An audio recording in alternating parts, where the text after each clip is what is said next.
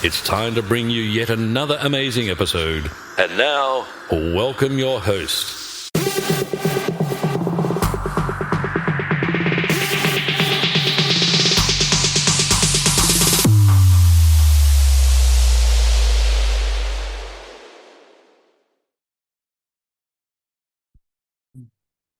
Good to have you on Live Reality from Omobola Stephen. I'm the host of Omobola Stephen. On Live Reality, we like to explore topics on the personal development and self-improvement because we realize the importance of embracing personal development and self-improvement along the course of our life. In embracing personal development and self-improvement, we get to find ourselves along the way. And where we find ourselves, we've come to realize there's so much innate possibilities that we can become and achieve in life if we don't give up. Now, personal development and self-improvement is a lifelong process.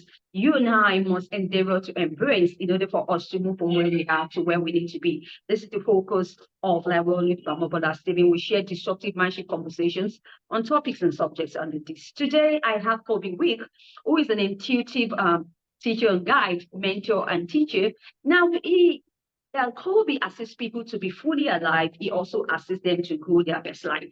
We'll be talking much about spirituality today. Welcome to the show, Colby Wilk. Hi, thanks for having me on. Thanks for joining me, Colby. Looking forward to a great time indeed. And we know that spirituality is a very deep subject, but my audience are looking forward to you giving them a transformative and truly inspiring conversations today. So, but when you said that we are divine, what do you really mean by that? We are both fully human and fully divine. And when we embrace our humanity and our divinity, we become fully alive. It is not just accepting our divinity that matters. It's accepting our humanity that gets us to our divinity. A lot of people bypass their humanity and try to not feel their feelings, not feel their hatred, not feel their betrayal, their loneliness. But it's that very sense of our humanity, what's wrong with us, what doesn't feel comfortable, that gets us to our divinity. A lot of people bypass their humanity and they miss out on the richness of being human. We are here to be human. That's why we're here. We're here to have bodies. And some of us choose to liberate. And it's our body that we're going to liberate with. We're not going to liberate out of it. There's confusion there.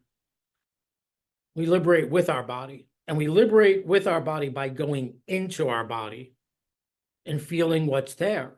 As you've already mentioned, all our answers are within ourselves. Where else would they be? If I were God, where would I put my being's answers? Well, I'd put them in their body.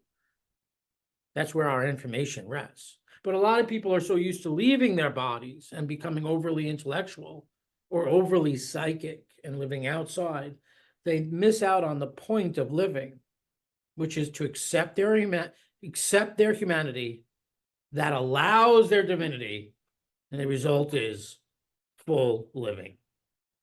Most of the people I talk to complain about, they wouldn't say it, about not being fully alive, not being in resourceful relationships, not having a great career, not having abundance. What they're really saying is, I feel like I'm missing out. I feel like life has left me.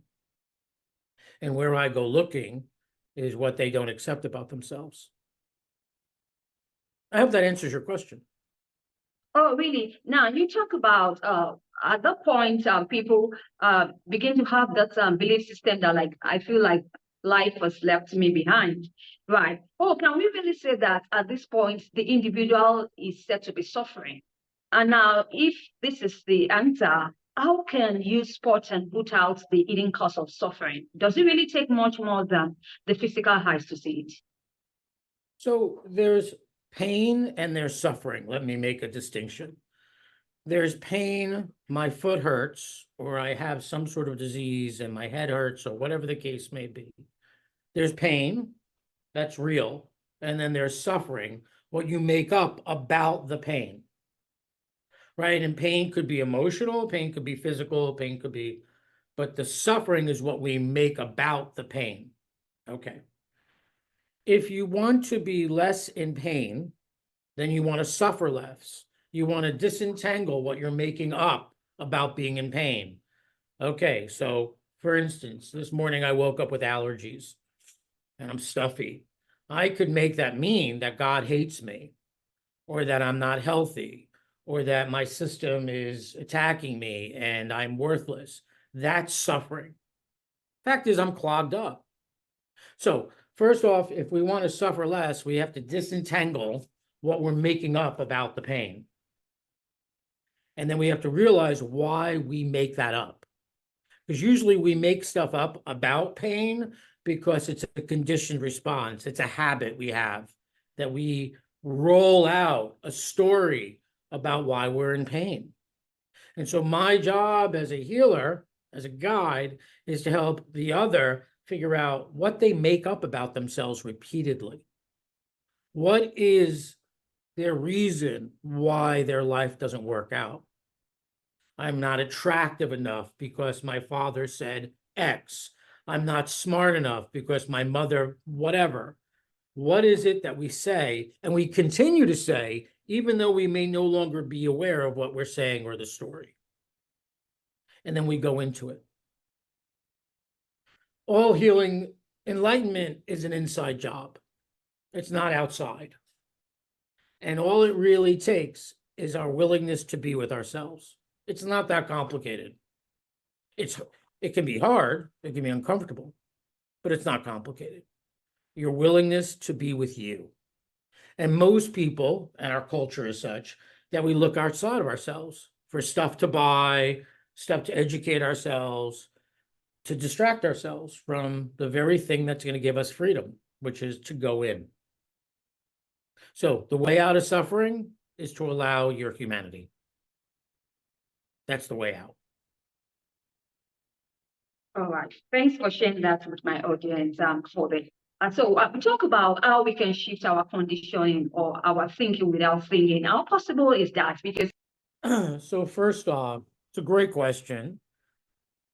There's a difference between self-actualization and self-realization. Self-actualization is you trying to be your best self, get the body, the job, the income. Self-realization is being on top of yourself, recognizing that everything external that you achieve is not that important. So when people say they're stuck or lost, they're really at the effect of their ego and trying to accomplish or be something. So that's a recipe for kind of disaster because there's no satisfaction externally. You can lose weight if you want, you can get a new job, new house, but those things will only last so long in terms of satisfaction. However, we do need to cater to the ego to some extent to get you on the path to self-realization. So one thing that people can do, one easy practice, is to bring your attention 3 fingers below your belly button and in the middle of you, the center of you, and bring your attention there while you take long, deep breaths in through your nose and out through your mouth. In through your nose and out through your mouth. As you bring your attention below, 3 fingers below your belly button in the middle of you, you're bringing your attention deep inside your body. Keep breathing in through your nose and out through your mouth. And so when your attention is in your body relaxes because it's no longer afraid, because there's someone inhabiting it. As opposed to what we do, most of us, keep our attention in our third eye or above it, which makes us very intellectual and creative and visionary, but gives us a sense of being unsafe. So by descending into spirituality is really descending. It's not ascending. It's a descending into the physical. We have bodies to liberate with, not from. A lot of people are trying to escape, as opposed to descend into their body, befriend it. If your lessons are anywhere, it's in your body.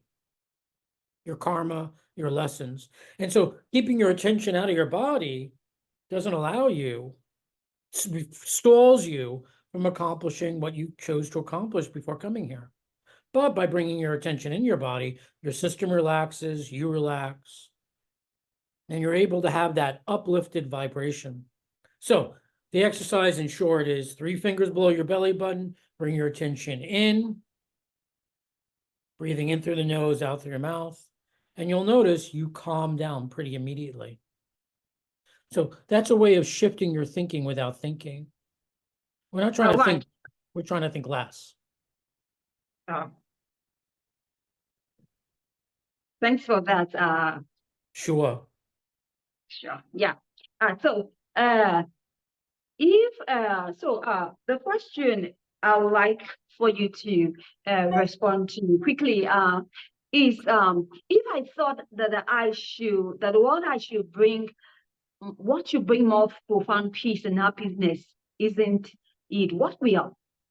So if you're thinking peaceful, harmonious thoughts, and you still are not peaceful, what's up? That's the question. Yeah. Okay, great. If you're thinking peaceful, harmonious thoughts, and it's not bringing peace, you're not really thinking peaceful, harmonious thoughts. You're putting stuff on top of what you're really thinking. So I'll give you an example. I see a lot of people searching for love. And I just had a session last week or whatever it was, and young lady can't find a partner, very pretty, astute, educated, brings a lot to the table. She's like, why can't I find love? And I'm like, because you don't want love, you want validation. And that's why God yourself is not bringing it to you. Because if God, you brought yourself a lover, then you'd learn not to validate. You won't learn to validate yourself. So that is being kept from you by you. So if what you want is not coming forward, you really don't want that. You want something else. And it's being stopped from being available to you. It's not really what you want. So my question is for everyone, so you want something. Why do you want it? Why do you really want it? And what's the shadow side of wanting that thing? So if you want wealth, you want bigger numbers in your bank account, why? You might tell me you want a bigger house, a bigger pool. Well, why do you want those things?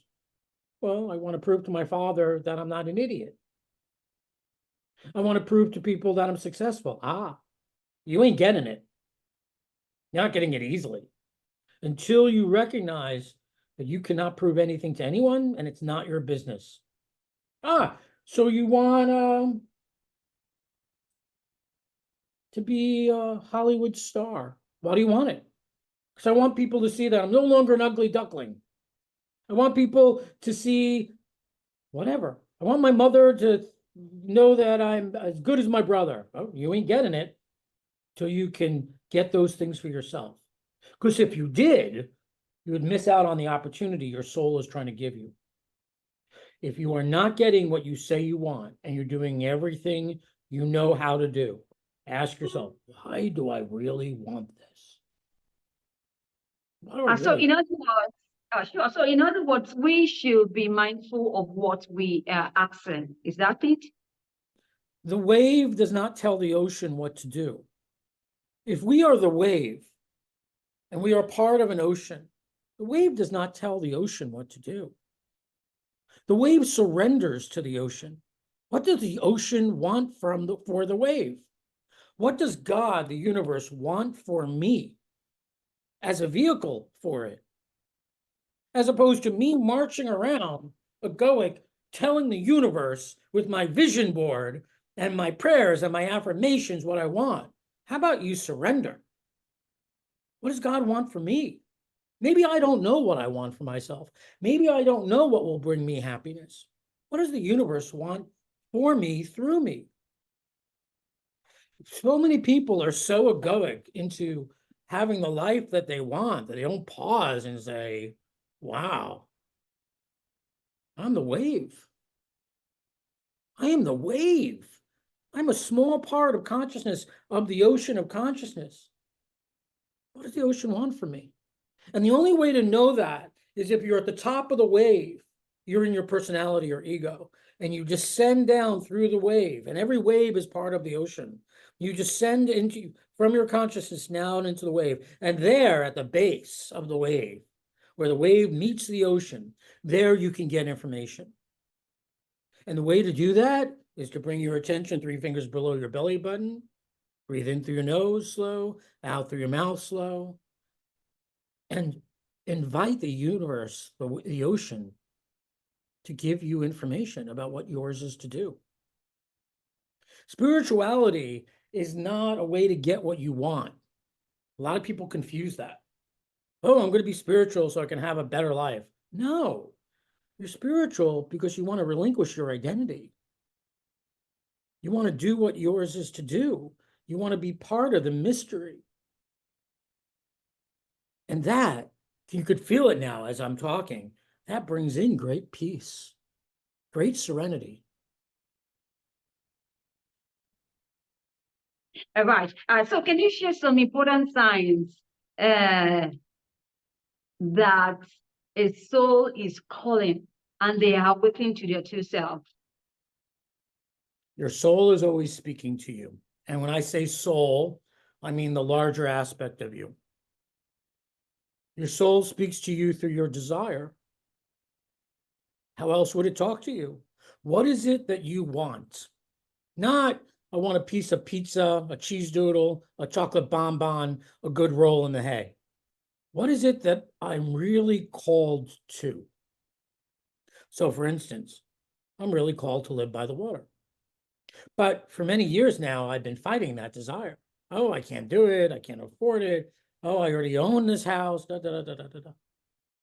At some point, hopefully, I will relinquish our egoic needs for safety and security and allow ourselves to have what we want. The only thing that's in the way of us having what we want is us. If you want to hear your soul, you got to listen to your desires, and not a desire for pizza or a bonbon, but your deep desire. One practice you can do is ask yourself, what do I want? Okay, what do I want? I want a cup of coffee. Okay, now ask yourself, what do I really want? I want a sense of energy and calm. Okay, great. What do I really, really want? I want to tell my mother I love her because I miss my mother. My mother's been dead for a while. That, what do I want? What do I really want? What do I really want? Really, really want, brings you into a sense of depth and connects you with your soul, because your soul speaks to you through desire. So for your listeners, what do you want? What do you really want? What do you really, really want? And you keep doing this. You keep asking your soul, yourself, what do you want? What do I really want? What do I really, really want? Most people don't stop to ask themselves. They're so busy trying to survive, trying to claw their way into security. And then they're unhappy and wonder why stuff's not working out for them. We are not here to accumulate stuff. We are here to become ourselves, whoever that might be. That means you need to have curiosity about who you are. Not, how do I get stuff? How do I secure a living for my kids? How do I secure a lifestyle for my children? Not, how do I get attention from whoever? But to become yourself. Good, bad, ugly, beautiful, whoever that is. The only one you're here to please, my friends, is you. That's it. It's the end of the story. So what do you want? What do you really want? What do you really, really want? Now, will you allow yourself to have it? When we talk about self-love, I like you to tell my audience if really self-love is a skill that we can learn, and how can we discover the freedom of unconditional love? When people ask, do you love yourself?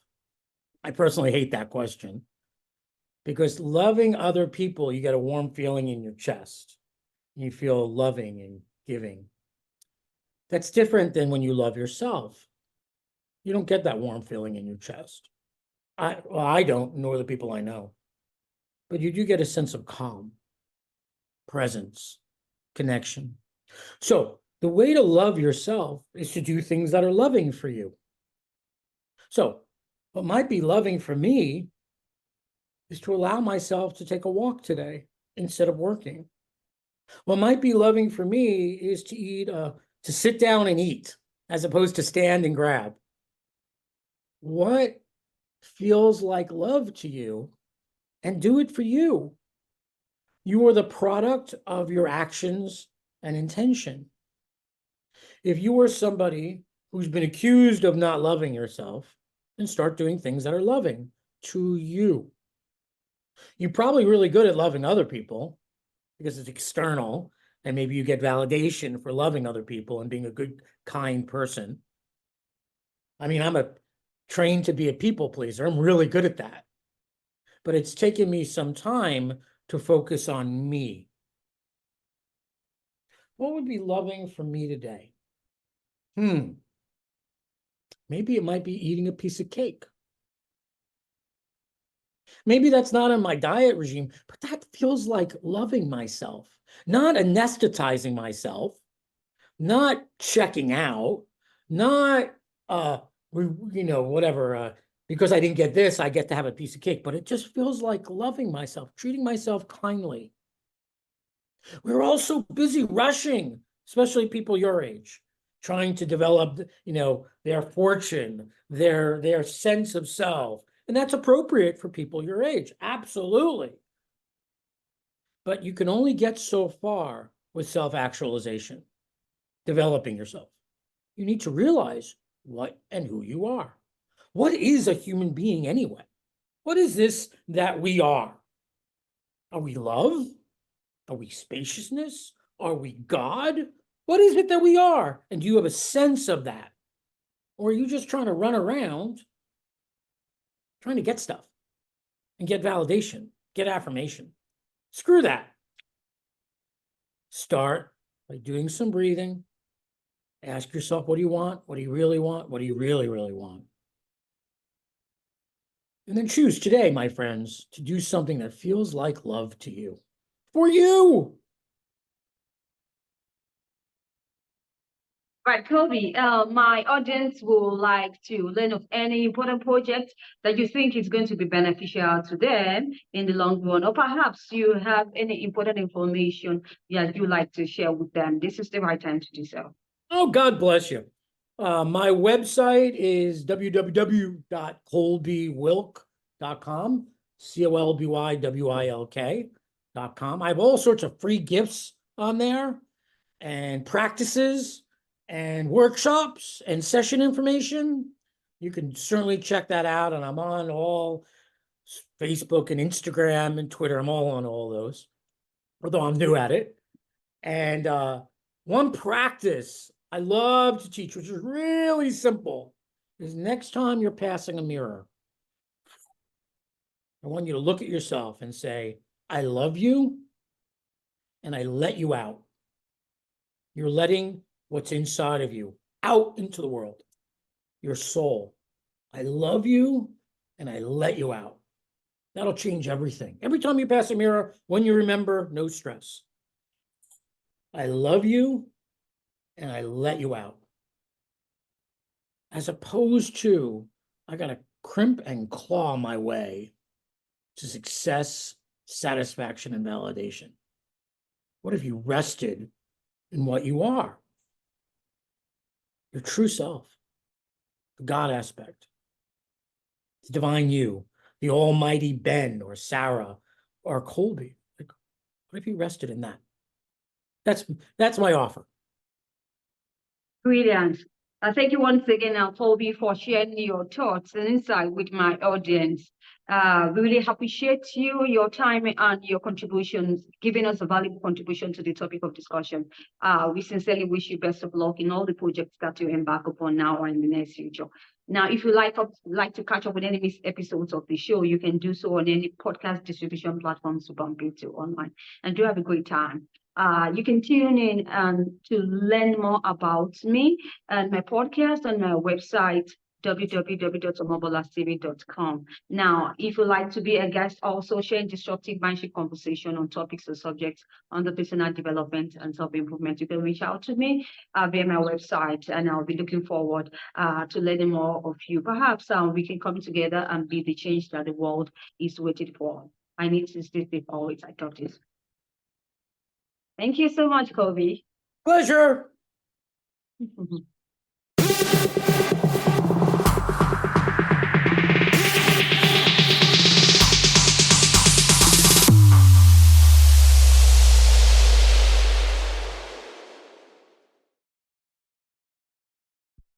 If you enjoyed today's episode, make sure you subscribe and leave us a review.